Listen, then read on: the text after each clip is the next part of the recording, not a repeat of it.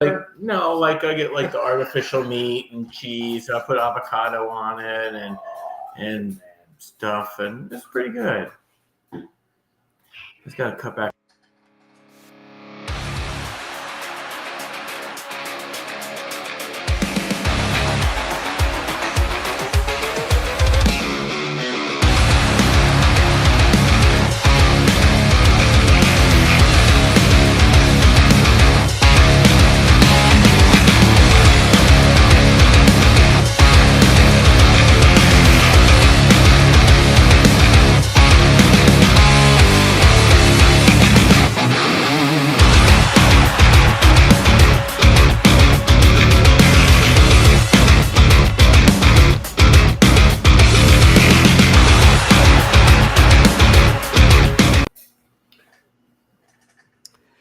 Good evening, Lowdown Nation, and welcome to episode 29 of the Lowdown with Matt.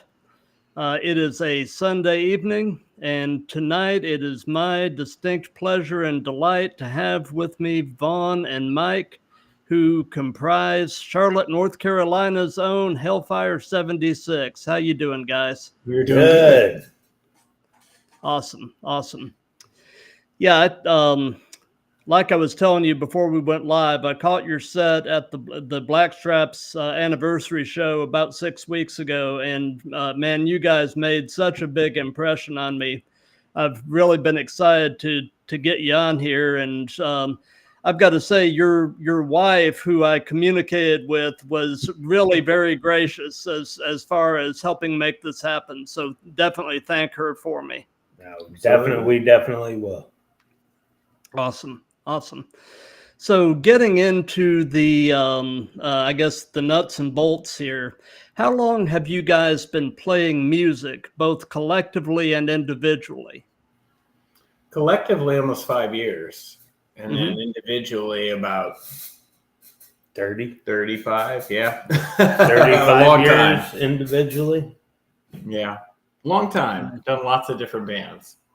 Nice. So, have you guys, on your individual instruments? I know that you're a vocalist, guitarist, and you're a drummer. Have you at any point taken lessons of any sort, or are you pretty much self-taught? How has that gone? I took lessons I always took lessons just because I always feel like something to learn, not because I'm trying to be like a shredder or nothing. I always felt like anytime I walked in a room to take a lesson, I could learn something new. So ironically, I took lessons pretty much on and off till COVID. I always, anytime somebody's like, oh, this guy's a good guitar teacher, he's a good bass teacher, drum teacher, I'll go take lessons just because I want to go learn something, I'm more that person. I have to be in a room with somebody. I can't really do it on YouTube or any of that. Some people can. But I kind of like that. I miss going to do that because it's just like, I always feel like you never learn enough. So just absolutely, I like keep going. I just kind of got out of a different routine after COVID, job wise and stuff, so it didn't work out. But yeah, I took lessons for on and off for about 30 years. Nice. What about you? Different instruments too: piano, guitar, drums, and bass. I took at one time or another. I've taken lessons on. Yeah, Mike. I took some drum lessons. I took some guitar lessons too, but that kind of burnt out probably by the time I was late teenager. Gotcha. And then after that, it was just, what you want to play is what you want to learn how to play. Gotcha. Yeah, I've played guitar for the better part of my life, off and on, more off than on. And about 4 years ago, my son took up guitar and absconded with all my guitar gear. So that Christmas, he and my wife surprised me with a bass. And, I discovered that all these years I'd been a bass player and just didn't know it. So that's kind of become my jam these last 4 years. I just absolutely love the bass. So. I do too. Oddly enough, I do like playing bass, and I actually practice bass days of shows because strings are thicker. So if you do exercises on the bass and you go to guitar, you're going. You're like, it's a great warm up. It is. I think some of the other guys do that too. Right. So tell me about y'all's current gear and live setup. What do you play? What do you play through? Any pedal boards? Any fun stuff like that? Oh yeah, that's a good one. Because we're a two-piece, Right. we split the signal. So I can take you down the chain of that really easily. It goes from a tuner to a fuzz to a phaser to a delay to an EQ to a brand new octave. Thing with the octave is it lowers the low end, the low strings. It doesn't duplicate bass. It just fattens up the low end. So, Right. Some like Jimmy Bauer has a new pedal out, and he basically uses it just to increase low end. A lot of people do that, but I'm doing it a little more accented with an EQ pedal just to focus on filling up low end. I split the signal through a half stack and then a 212 cabinet and then a bass amp. And so those 3 amps covers the whole kind of tonal spectrum and gives us a pretty big sound where we, can pull this off as a 2-piece. Right. And it's not floppy. It's not floppy like when some bands will try to use like a pog or something or a whammy, and they'll run into a bass, and you definitely know, oh, that's an octave on a guitar, kind of like the Bad Company sound, I call it. But I don't use it like that. I use it just to fatten up the low end. Gotcha. Yeah. It works in PV. We love PV. PV's just workhorse equipment. Been using it forever, and it just works. So I stick with the PV. Awesome. I noticed you make very good use of the delay. I really liked that about y'all's set. Yeah, and it spreads notes out. So sometimes when you got real staccato-y parts, you can't use it. But when you have parts that you need to float over, it definitely helps. I pull it in and out a lot, or to hold a note a little longer. It definitely helps. Gotcha. So what can you tell us about your drum kit, Mike? Oh, it's what is it? 89 Tama kit. The biggest power toms we could find. Nice. Other than that, as long as it's got that deep sound, it hardly matters. Gretsch chrome over brass snare, and the rest is what it is. Yeah, cool. We keep it simple for the most part. I think we keep it pretty simple. We could actually do it with less, but it works. I always feel like you have a 5-piece band, they got 3 amps on stage. We're a 2-piece band, we still have 3 amps on stage. Nothing wrong with that. But we travel light. We have a small van, a 2-seater van. We can put everything in there. It's pretty economical too, and that's kind of where we stay. We initially were a 3-piece, and then our bass player had gotten kind of symptoms from COVID where it caused him to have some sort of nerve damage. A really cool guy. So instead of replacing him, we just continued on figuring he would come back. And after a couple of years, he just, didn't look like he was coming back. So we just kind of keep it going because it's kind of a niche, not that we wouldn't maybe stand out more if we were a 3-piece, but because we're a 2-piece, I think we do kind of, people kind of at least pay attention to it a little bit more. Gotcha. Well, as I'm sure you guys know, musicians have a tendency to collect gear. Do you have anything unusual or unique in your gear arsenal that you'd like to speak on? Sure. I am. Up until recently, I've been a pretty bad hoarder, but for the past 30 years, I've always been a buy and selling guitar guy. I could never afford the guitars I have, but I can buy and sell enough of them in trade and stuff to get the gear I want. And I have a couple of them. I got a vintage Gretsch White Falcon. That's kind of rare. Just did a video with that yesterday. I used to use it a lot, and it's a pretty beefy guitar. I mean, all the rhythm tracks on those AC/DC records was a White Falcon, and same with Quadrophenia and stuff. That a lot of heavy bands use those Gretsches as a rhythm to double for rhythm guitars. Got a bunch of Les Pauls. Got a vintage custom, a 1980 custom. I got a 73 standard. I got a later model gold top and a flame top and a junior and a Gretsch Sparkle Jet. And I got a Jackson Kevin Bond because I grew up with Kevin Bond. I got a custom one of his guitars. I have a custom shop Schecter. Got a custom shop Washburn 5-string bass, which is awesome. And I have an old vintage Area Pro, kind of like the Cliff Burton kind of Area Pro bass from back in the day, which is a super awesome find. Those have kind of really went through the roof lately for some reason. What else do I have? I got a custom shop serial number 1, 61 reissue SG. So nice. That's a nugget. That's doubled its value this year. Actually, I just found out. But yeah, I've had way more. At one time, I've had almost 30, but then you gotta eat. So yeah, this is true.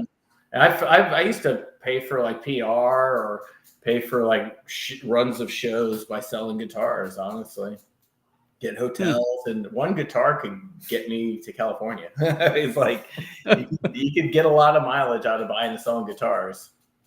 And I still to this day I do it. I still hit. Anytime I'm in the town, I hit a thrift store, hit a pawn shop, and people are like, there's nothing in there anymore. I'm like, well, I find stuff all the time. We were in a pawn shop in Gainesville, and I was like, oh, I'm going to grab this. And it looked like this just dilapidated little pedal. It was a vintage first edition small stone phaser from Electro Harmonics from like late 70s. Oh, that's cool. Picked up for $30, and they go for about $300. So wow, yeah, that was a nice little find. Yeah, nice little find, nice little profit. Yeah, I find stuff like that all the time. Though, anytime I see the word pawn, I pull right in. And the snare drum got for $60, and that's a $300 or $400 snare drum. I see stuff all the time, but I kind of know what I'm looking for, and I've done it long enough to know like serial numbers, where things were made, and it's just kind of a nerdy little thing, but I love it. It's allowed me to buy some really cool stuff. Right. So I ask this to especially all of my bass players, but I'll ask it to you as well.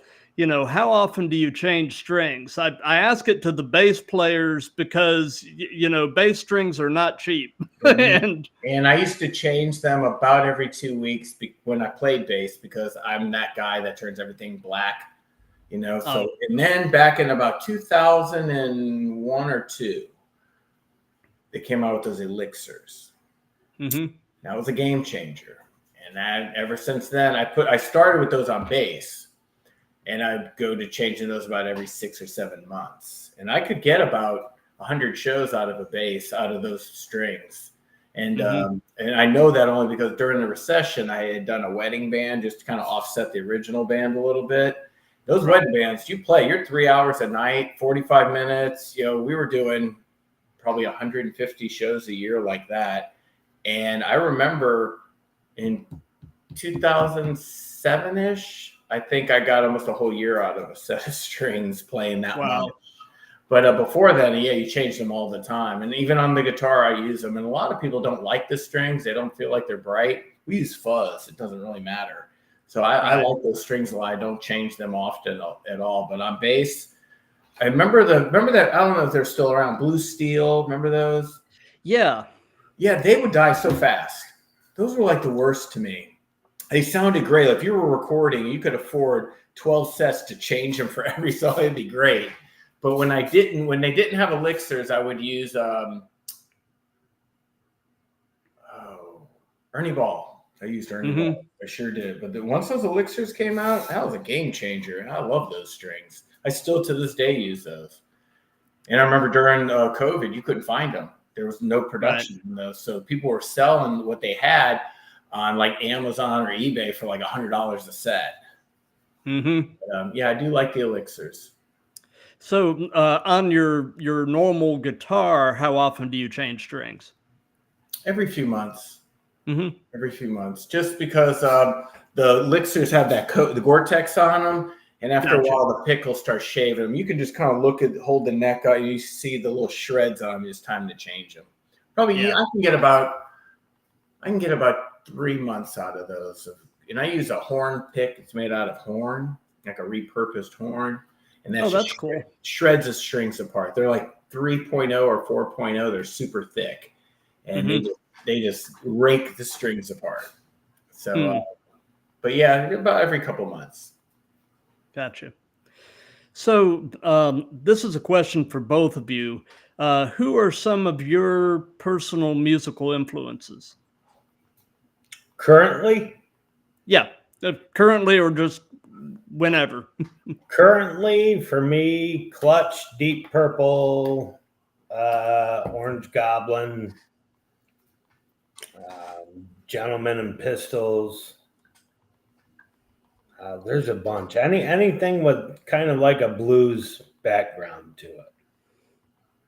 Currently, Uncle Acid, Basque, Graveyard, Elder. Who else have I listened to lately? Pussifer.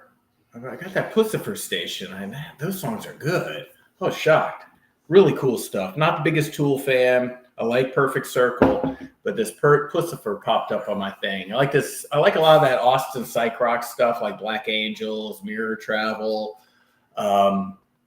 I like a lot of that stuff too. So, but and then early on, the stuff that you cut your teeth on, I liked a lot of the post-punk stuff, like Joy Division, Susie and the Banshees, Killing Joke. I kind of grew up with all that. That still stays in your DNA, but it's but you don't, it's like I always say, you can only listen to that stuff so much. You have memories attached to it. If you listen to it again, it's like when you hear an Elton John song, it's like, I got no more memories for this. It's like, it's so overplayed. So you have to almost put it away for a while. And when you revisit it again, it's like, oh, I revisited the Cult Love record.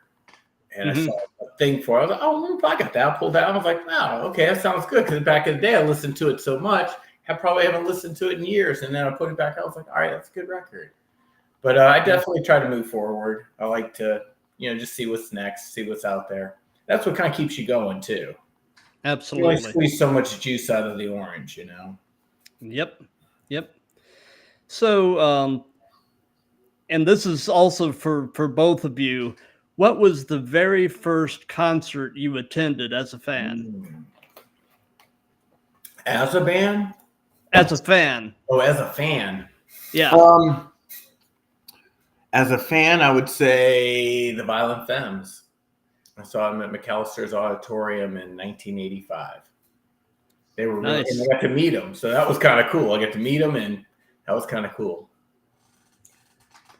My first ever was Go-Go's and NXS. Oh, I remember that. It was 84. And then the first one that I actually stomped my feet about going to would have been Motley Crue and Ozzy. Oh, my mother took me to both of them. Yeah, your mom ruled. Yeah. I'm getting the impression that you guys are around my age. I'll be 55 in September. Yeah, so you're right on point. Yeah. I'm having flashbacks. What you guys were talking about. Yeah. So yeah, definitely good stuff. Yeah, we come from that place. Yep. So, in the course of your musical careers, have you had a chance to meet any of your musical heroes? Oh yeah, a bunch of them. God, yeah, a good bit. Not the ones I wanted to meet though. So no, yes and no. I've met a lot of famous bands, not necessarily my idols, I would say. And then one of my idols just passed away. Jordy Walker from Killing Joke died a few months ago. I never got to see. I never saw Killing Joke and never got to meet him. No, that bummed me out. No, we've met a lot. Met a lot. Like I met Gene Simmons, met Ozzy, met. No, they're not our heroes. But that's I wouldn't actually say it's a hero or anything. Right. And played with a lot of them too, but not necessarily our heroes, Right. Yeah, I would love to have met Killing Joke. I'd love to have met the Banshees. I'd love to have met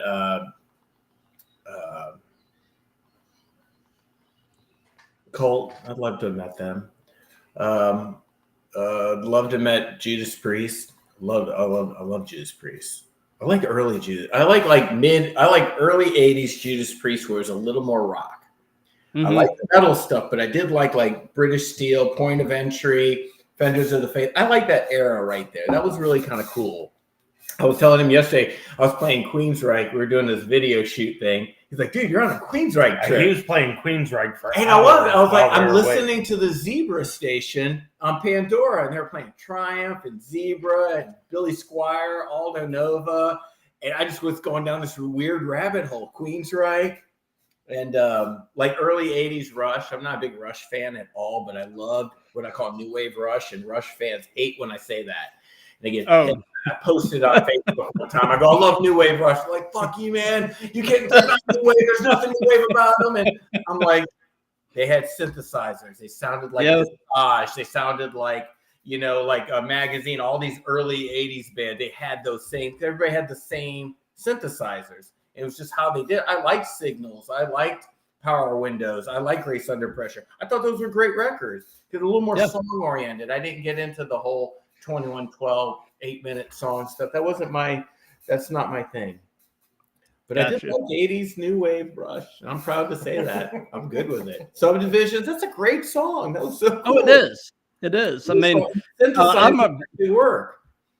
I'm a Rush fan, and I love all of it. So I mean, I do not look down on you for liking New Wave Rush. I mean, because think about it, it's like I always get the flack for liking Load from Metallica. The first Metallica album I ever bought was Load. I like songs. 4-minute song gives me the riff, gives me a thing. I can follow it. I actually play some of that stuff. But all the other stuff before that just wasn't my wheelhouse. And people were like, that's the worst Metallica ever. I go, but it got me. And they got a whole bunch of me's out there. Same with the Rush. Rush got me on. Well, I had Moving Pictures. I like that. That's a great record. That's a great record. That have 8 songs on that record. Something like that. Yeah. I think that's brilliant. Every song is great. And I like that record and those about 4 of them after that.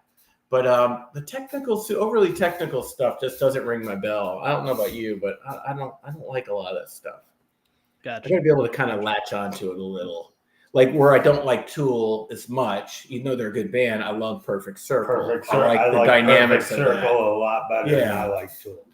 I do like the songs and melody. Perfect Circle, that's a really, really good band.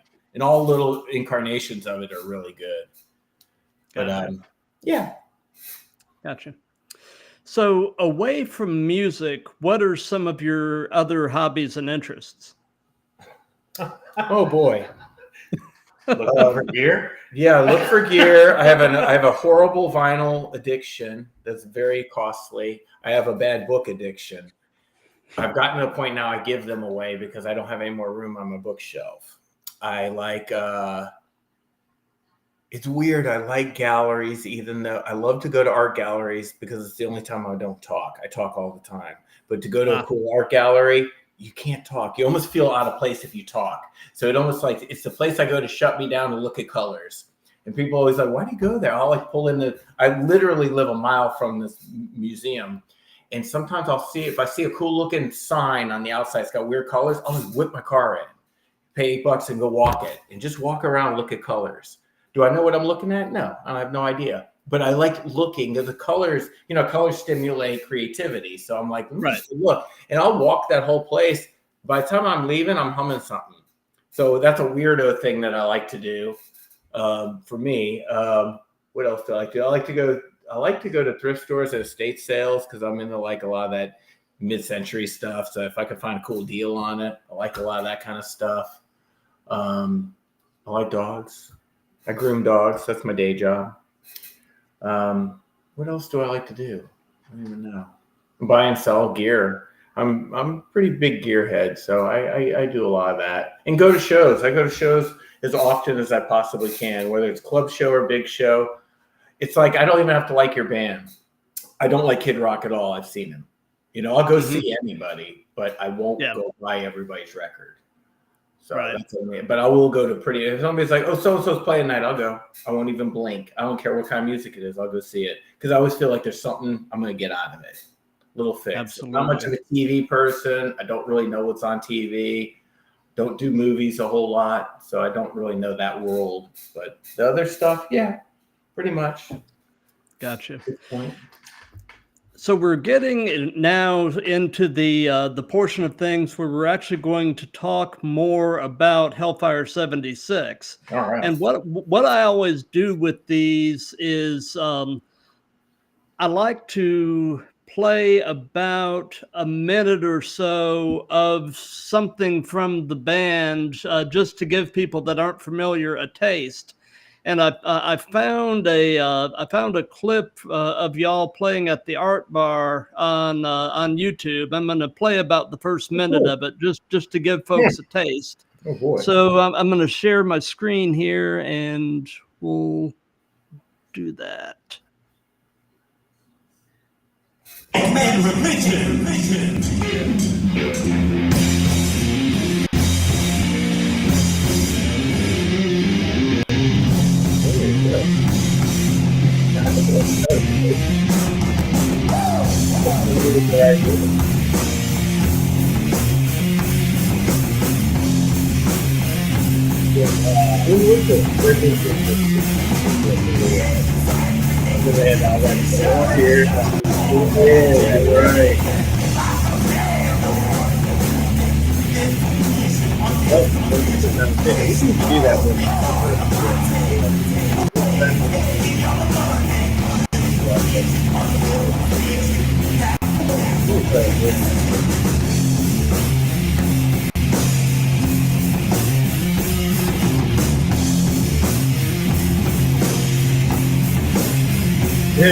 That was the water. That's right. Yeah. Yeah. We're trying to figure out when that was. Yeah. It looked like it was May of 2023. That makes sense. Yeah. Yeah. So yeah, like I said, I just, for anybody that's not familiar with you guys, I wanted to definitely give them a taste. Oh, cool. So tell me a bit about, Hellfire76. How long have you guys been together? How did it form? Where did the name come from? Stuff like that. We've known each other for 20-something years, but we've always been in different bands. And Bands played together and stuff. Yeah. both of us actually stopped playing music for a little bit. Or I didn't stop. I just. well, you did didn't different. do. Yeah, you were doing what you had to do. As far as what? I don't know. You were playing in other bands. Oh yeah. I was in other bands. Yeah. Jared, he put out an ad and I answered it. I went there to go jam with them, and we're like, "Holy shit, it's you, man!" Yeah. And it's just worked ever since. Gotcha.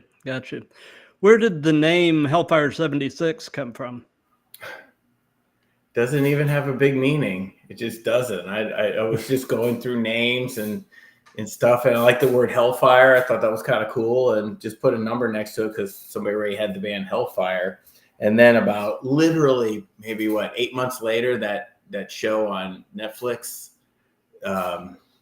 Stranger Things. They had the Hellfire Club. we got a little bump off that, which was kind of cool,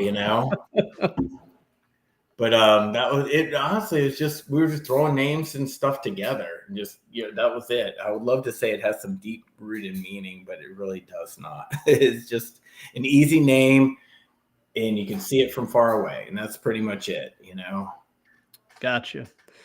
So teeth, yeah.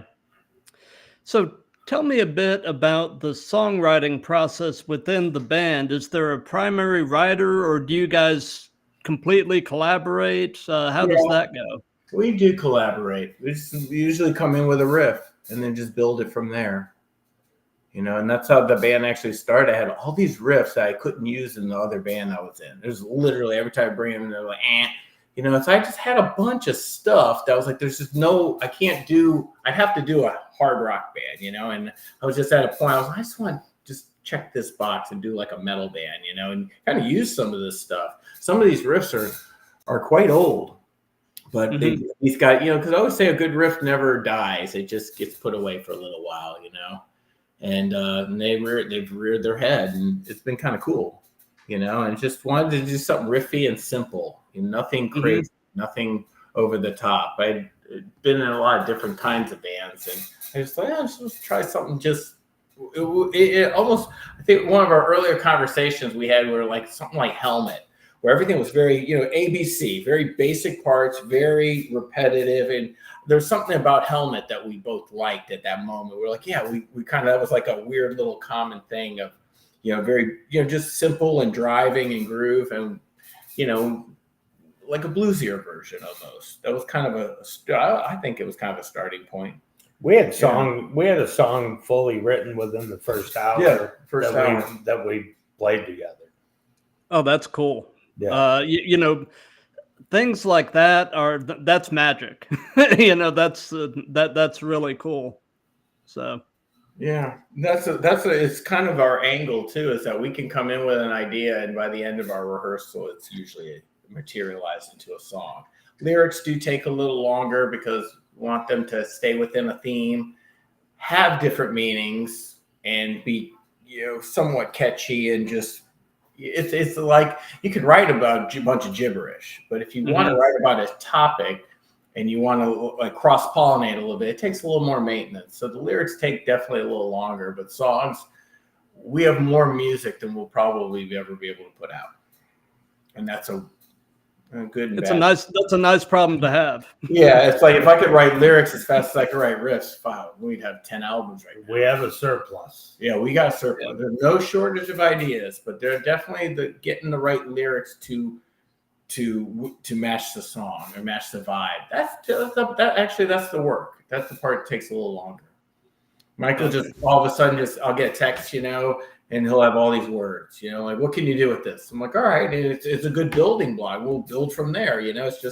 It just comes, you know, the lyric stuff. It usually always starts with a theme or a topic or something. Even a lot of the music goes back and forth. It does. He'll be at the rehearsal space, and all of a sudden I'll get 5 messages in a row. Listen to this, listen to this, listen to this. And just yes or no. Nobody's hurting any feelings. Yeah, and we just go from there. Right. Precious. We're not those guys who are like, I can't believe you didn't like that idea, or like, this is my artistic opus. It's like, you like it? No. Okay. You like it? Yeah, I can do something with that. Okay, that's it. It's just keep going, because nothing worse than being in a band playing a song you don't like, you know, and that's why we don't do covers. I don't want to waste our 40 minutes on stage making somebody else's song popular. That's our 40 minutes, you know. Some bands like to do that. Some bands, that's their thing. More power to you. I would like to just be on stage and enjoy everything I'm playing, you know. Gotcha. So is the band anything, you said your day job is you're a dog groomer. You know, is the band anything approaching a full-time thing? Hopefully. Yeah. And that's just a matter of a proper agent. Had it in the past, but things have changed, and you have to kind of, anytime you start a new band, you start at the bottom. So you're building up again. You know, even if you had those connections aren't necessarily relevant right now, or they don't make sense. So that's what we're talking about before we start doing this, is just, you know, who we're going to potentially work with in the later part of this year. And yes, that is definitely on the radar for sure. Awesome. It's just a matter, because we were putting out a new album. It's done. Everything is done. It's just a matter. We were talking to a couple of label people, and these days, you know, it's like, it's not even a matter of the album's done. They don't have to do anything. It's a matter of the muscle behind it. Who's going to do the right work to get the record out? Some people talk a lot. Some people can do a lot. It's just a matter of the ones that were, you know, they know where they can do with it, and at least get it moving along to where we can get a little more momentum, and we can get a better agent. Gotcha. Really, that's what it's about. You know, that nobody's going to pick you up and put you on a tour of any kind if you don't have movement, if you don't have numbers, you don't have fans, you don't have followers. You have to have all those numbers have to be up there, because they want to bring bodies into the room. If people don't know the band, you're not adding a lot of marquee value to that show. So that's what we're working on right now. And that is the hard work. Writing songs is easy. Getting people to hear them is very hard. Yep. So what about you, Mike? What is your day job? I work in healthcare. Oh, okay. I work for an optometry practice. Oh, nice. So nice. It's all eyeballs. Gotcha.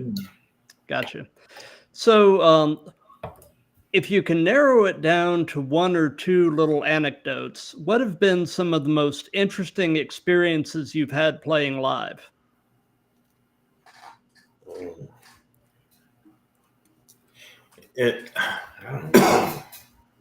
Interesting experiences, like good shows, bad shows, or just maybe anything unique that's happened during a show, or unusual, or bad, good.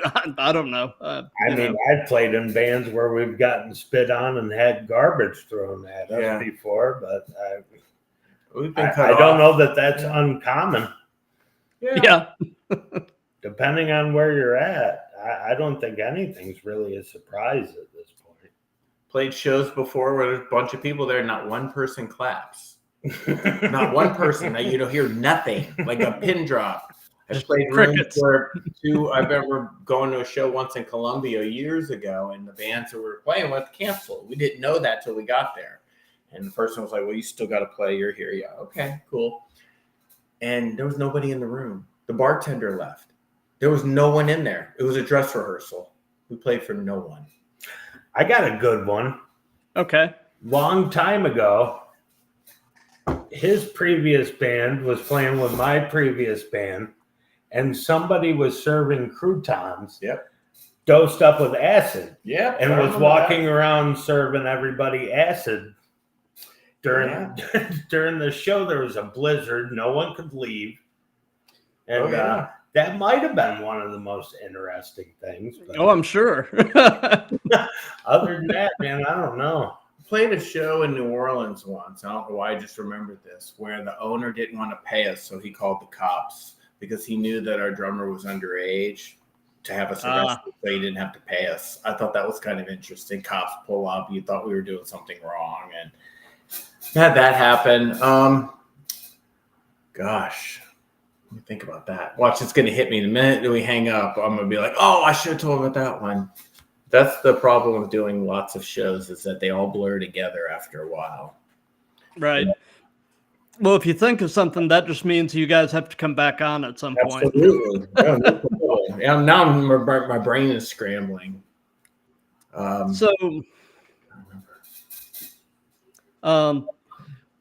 While you're thinking on that, do you, not to put any others down, obviously, but do you guys have a favorite venue that you just really enjoy playing at? Blackstrap.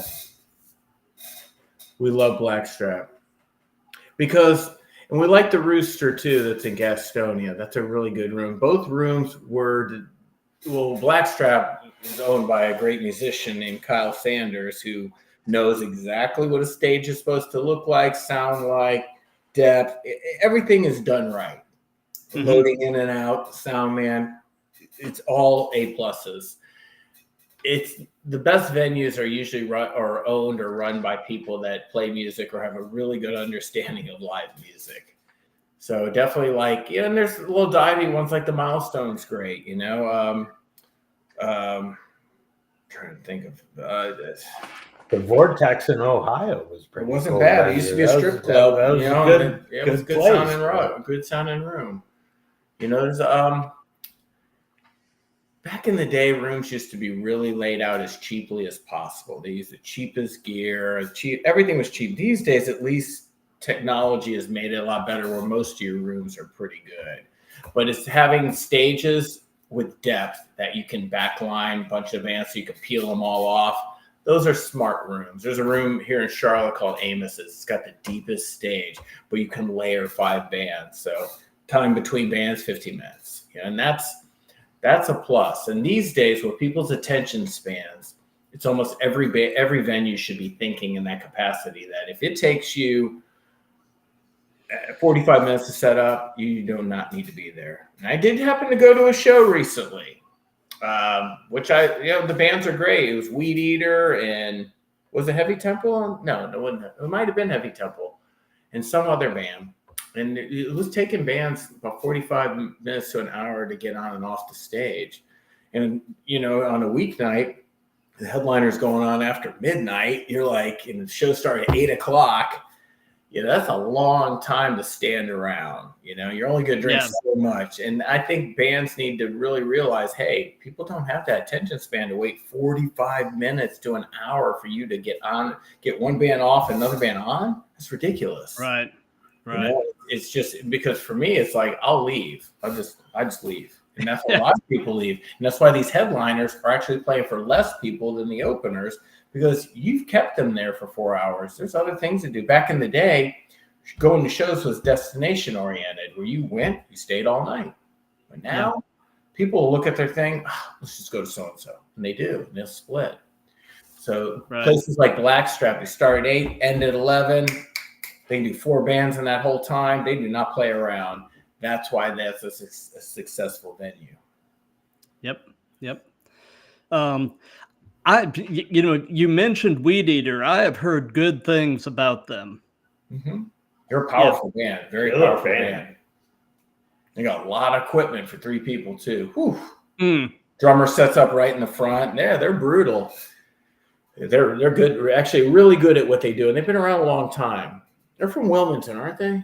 Yeah, they're from Wilmington. But they've been around a long time, and they're a great band. It was just the night I saw them, there was 3 or 4 bands. It was literally hours. I was there hours. It was I think it was a Tuesday night, and I'm like, okay, after 4.5 hours, I've only seen a couple of bands. I'm dragging. For what everyone's doing, you don't need that much time. No, you don't. Right. They just they're all like winding their cables, talking to their friends, doing selfies. I'm sitting there going, get the fuck off stage. It's like, get it going. Other bands waiting to set up, and they're just taking their time, breaking down on stage. It's like, get your stuff off and then break it down and take it away. Right. We played a venue one time, and the girl's like, well, you have to be off stage in 20 minutes or something like that. I'm like, we'll be off in 5. Yeah. Oh, really? I go, yeah, we'll be off in 5. And in fact, we'll be on in 5. So, okay. And we got on and off the stage, and she was like, you were not lying. And I was like, nope. We are very respectful to the audience, because the audience doesn't have that kind of time, money, or attention span to sit around and watch us, fumbling with stuff. We'll handle our gear in an alleyway. It Absolutely. doesn't really matter. Got you. One thing I wanted to mention, you were talking about your vinyl addiction. A few weeks ago, we were actually up in Asheville, North Carolina, and there is a great record store up there called Harvest Records. I don't know if you've ever been there, but it is a great place. Yes, it is. It's on a corner, if I'm right. It's on a I know exactly where that's at. Yeah, it's a really nice. He actually has good posters in there sometimes too. Good old tour posters. Yeah, that's a good record store actually. Yeah, but I remember when they were actually cheap too. They're not anymore, but I remember. Ironically, I picked up Judas Priest Point of Entry on vinyl in there, and I want to say I paid $8 for it. That would never happen again, ever. First edition, no way. No way. Yep. Those type of towns that you can find those little nuggets every so often, Oh yeah. I'm always looking for some weird stuff. I always say I will not walk out of a record store without something. There's always something. Or even a discount bin. You'd be surprised what you find in those, Oh yeah. It's just great. Yep. I like it. I promised myself in July though I'm not buying any records. You just gotta get this record done. So I'm like, nope, I'm not buying any vinyl this month. We'll see if that happens. Yeah. No records, no gear. We'll hold them to it and see if it actually happens. That's a tough one. And then of course I'll say that, and then something will pop up on Marketplace. I'm like, I gotta have it. Yep. So we're getting now to what has actually become my favorite question. I have asked this on all 29 of these that I've done, and I get some of the coolest answers. And that is, knowing everything that you know now, if you could give any advice to your younger selves, what would it be? I wouldn't have smoked when I was younger because my lungs took a beating. Okay. I definitely wouldn't have done that. And I started yoga when I was 27. I would have done that as young as 19 when I first ever heard about that, because that's the stuff that gives you a little longevity. I mean, you've seen our show; it's pretty physical, you know. Yeah, you are a high energy front man. A lot of time goes into that. A lot of cardio, a lot of stuff goes into that 30 minutes, and because that's respecting your audience, you know, it's like they don't see it like, oh my God, he looks so tired up there. Oh, he's all winded. He's huffing and puffing. I don't want those words associated with me. So if I'd have do anything, I would have taken care of myself much better at a younger age, because haven't I thought I've been playing music for 37 years? At that time, no. You know, when you're younger, you don't make those kind of logical decisions, and you do beat yourself up, you know, and do, you know, things that aren't that great for you. And then later on, your body starts paying for it, you know. So I would have definitely been kinder to myself. Got you. What about you, Mike? Probably the same exact thing.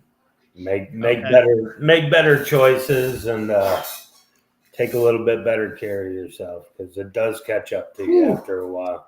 I used to think 29 was old. Like, I remember knowing this musician when I was 20. He was 29. I go, dude, he's so old. He's probably going to retire. I'm sitting at 20, telling me the 29-year-old's going to retire, you know, and I'm sitting there going, you know, because that seems so old. So why would you even think about things like health and fitness when you're 19 and 20? You didn't. You just wanted to go out and do stuff. You know, if you'd have thought like that, then you would be in such, the longevity would be a much easier ride. Absolutely. But yeah, I would definitely have not done that. Yeah. What I'm going to do before we press on is I'm going to pop over and look at the Instagram tab and see if anybody's saying anything interesting in the chat over here. We've got a lot of folks. Oh, cool.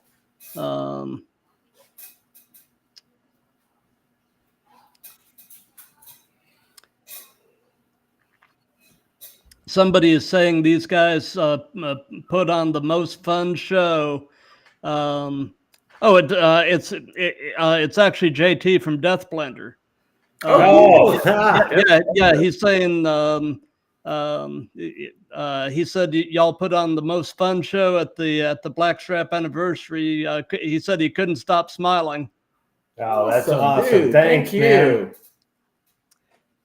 Man. And so do you guys have any suggestions for any other bands to check out and potentially reach out to do one of these live stream chats?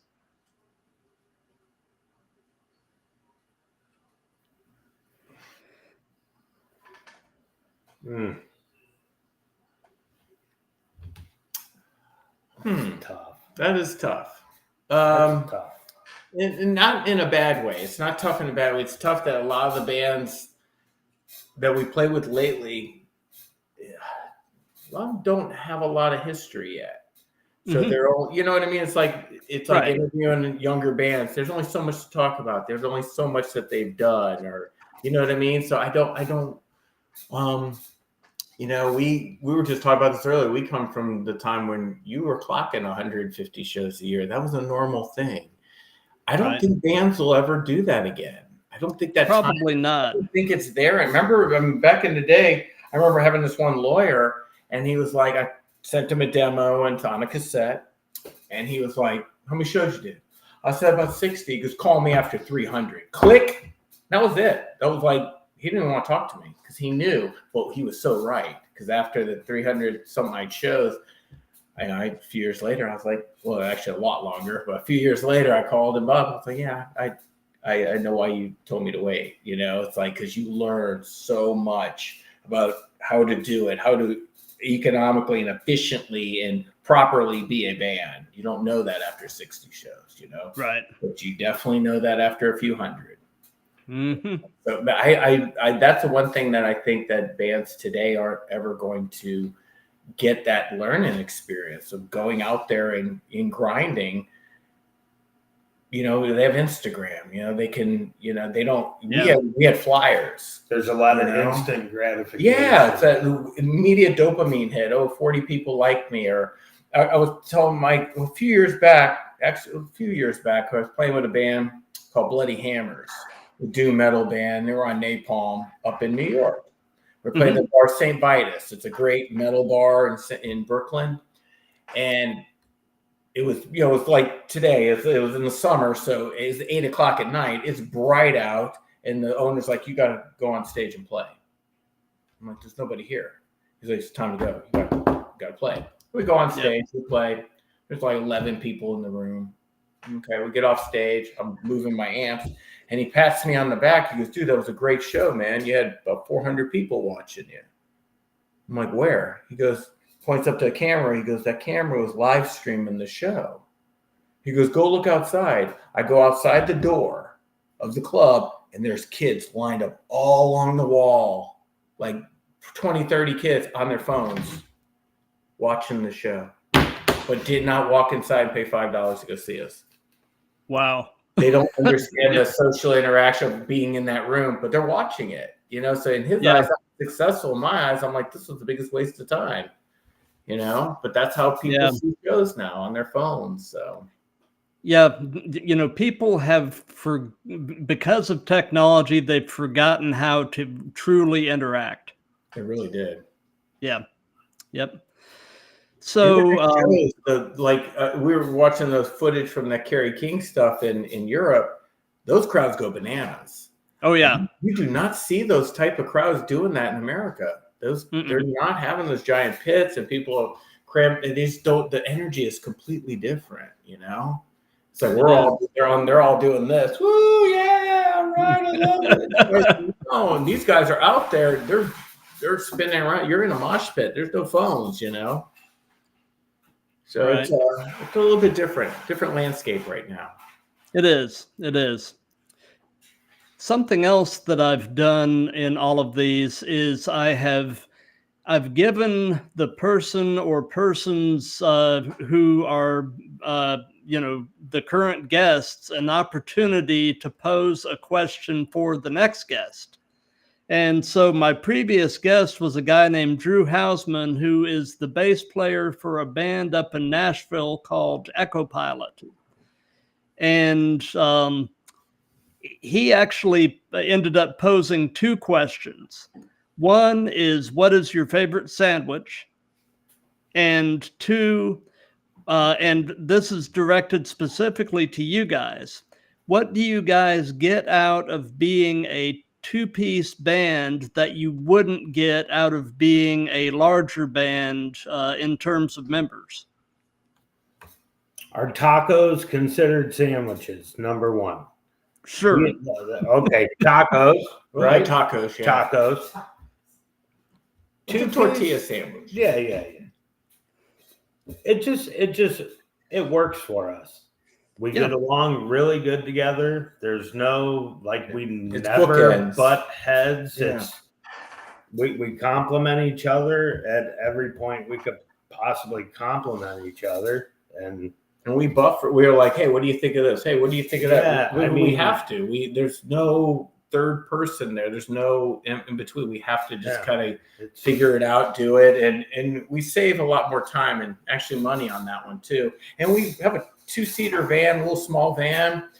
It's super economical. Like we said, we went to Ohio earlier this year. It cost us $50, to gas, go there and back. One hotel room. It's got 2 beds in it. We look so good on paper as far as a touring band. We can do it cheaper than anybody and do it well, So that's the really big advantage there. Is just the difference in a bigger van, a bigger hotel room, more mouths to feed. It's like more drama. You got more members, you got more drama. There's a whole lot less ego and a whole lot less bullshit to deal with it being the two of us. And technology's helped us be a good 2-piece band too. Could we pull this off 20 years ago? Not to this level, no. But but what's out there allows us, to do it a little bit better. And then the clubs, PA wise, most of the venues around the country, everybody's beefed up the PA game. So before you'd have a 2-piece band, it would sound really like you were in a club. Now it's a lot better, even smaller club. Blackstrap's great example. Small band, small venue, but everything sounds huge. And that definitely helps us too. So we're able to do this properly. We can do this well and economically. We can sell X amount of shirts just to get to the next show if we had to. We could sustain going out there and doing it, on this level, just pretty much off merchandise, Mm-hmm. So that's definitely the definite advantage there. It's you think about it, you got 5 guys in a band, you got 5 people's day job schedules that you have to work around, all that stuff just to book that one show. Well, it's just 2 of us. Can you do this day? Yeah, cool. All right. It's like that's it. It moves a lot quicker. Simplicity. Yep. Oh, it does. Yep. Super simple. And that's the thing. Oh, go ahead. Oh, no. Y'all go. You go I was ahead. just saying, another thing is we can sit in a van together. Sometimes 5-piece bands, they're like, I'm not sitting with that guy. He's a jerk. I don't like him, and we can sit in the van. That's where you spend most of your time. You spend 30 minutes on stage. You spend most of your time in a van. So you better like the person you sit next to. Right. And, some of that stuff also comes with maturity too. Yeah. Being able to, put aside some of the quirks and idiosyncrasies and just appreciate them as a human being. So, since this is a series, is there a question that you guys would like to pose to the next person in the hot seat? I don't know. I got nothing. I don't have That's fine. Who the next band would be, but what would be the question? If you have any great tips on navigating social media, we would love to know what those are. No doubt. Because that stuff changes every week, it seems like. And navigating social media, I find myself, is the hardest part about this. It's the hardest. Oh, yeah. You would think it would actually be the easiest part because it's social media. We're all on our phones. It's getting people to find you and drive traffic towards you. That is some kind of stuff, tough stuff. So any tips in that department is greatly appreciated. Okay. Yeah, I will definitely pose that to the next folks. Absolutely. So, we're pretty much at the end now. Do you guys have any shows or new material coming out that you'd like to hype? New album will be out probably within the next 2-3 months, I would think, somewhere around there. August, we'll be back down at Blackstrap. We'll be at the Rooster up here in the Charlotte area in Gastonia. There's one at the end of the month, isn't there? Where? Is there one at the end of the month? Wow, we'll be in Winston-Salem. Winston-Salem too. Yeah, Winston-Salem. And we're just trying to spread the wings, get out a little farther. If anybody wants us to come play with them, just message us. We'll be there. We're that efficient that you can just hit us up. Like, hey, we got a show at so-and-so. You guys book? No, we'll do it. We'll be there. We're those guys. We don't care who headlines. We don't care who opens. That day is long gone. We just want to play. We just want to utilize the time that we're up there. And we're actually, I would say we're a good opening band because we can peel off so fast. We can actually set up in front of bands, side by side. We can set up just like that. It actually has a lot of advantages too. So if you need that good opener. Absolutely. Yeah. Well, you were saying you've got some new stuff coming out, in a few months. Wanted to let you guys know, once a month I do a new music spotlight show. So when you've got some new stuff that's going to drop, I would love to have you guys back on, either live or we could pre-record something, and basically we'll play the new song in its entirety. You guys talk about the song, the meaning, songwriting process, recording process, etc. Because the more exposure I can give you guys on my little channel, I'd love to be a part of it. So all about it. Yeah, man. we'll do totally it. do that. Once it drops, we'll send you a copy, and we'll just kind of go from there. Hopefully, we'll have a video to go along with that. Okay. We should definitely have a video. At least our first video for that will be out, so we have something to kind of piggyback that with. So anyway, Mike and Vaughn, thank you so much for coming on. Thank you for your time. This has been an absolute blast.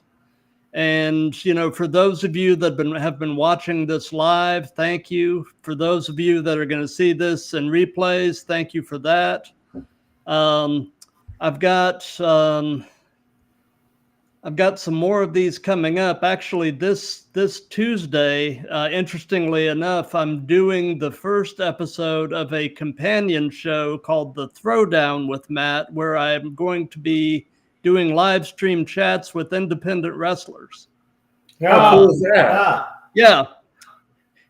So this Tuesday, I've got a Georgia-based wrestler and promoter named Cowboy James Hunter, who's going to be my first wrestling guest. So That's cool. So anyway, so that's coming up on Tuesday, and then I've got some other stuff in various stages of commitment. So there'll be announcements coming out about that. But anyway, everybody have a great night and a safe week ahead. And, you know, watch this space for further details. And Hellfire76, thank you. Thank you. We appreciate you. We'll talk to you soon.